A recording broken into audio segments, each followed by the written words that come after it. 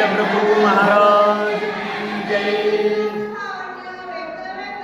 आज या ठिकाणी श्री क्षेत्र रिद्धपुर या ठिकाणी श्रीमद भगवद्गीता पारायण सोहळा नामस्मरण ग्रुप या ग्रुपच्या माध्यमातून ज्यांनी ही संकल्पना मांडली ते पूजनीय आदरणीय महंत श्री राजेंद्र मुनीलाड यांच्या संकल्पनेतून या ग्रुपची निर्मिती झाली आणि या ग्रुपचा हा उद्देश आहे की या ठिकाणी 51 साधूंच्या मुखारविंदातून 102 लोक जे सद्भक्त आहेत त्यांच्या शुभहस्ते या ठिकाणी या ग्रंथाचं पूजन करून आणि स्थानाचं पूजन करून या सोहळ्याला प्रारंभ होतो आहे।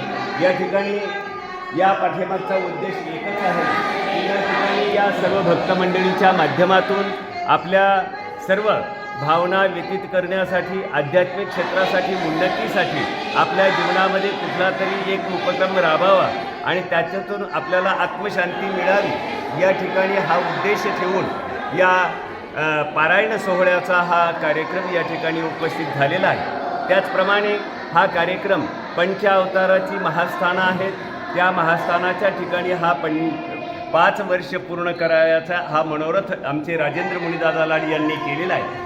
सर्वप्रथम श्री क्षेत्र जाळीचा देव या ठिकाणी पहिलं वर्ष झालं।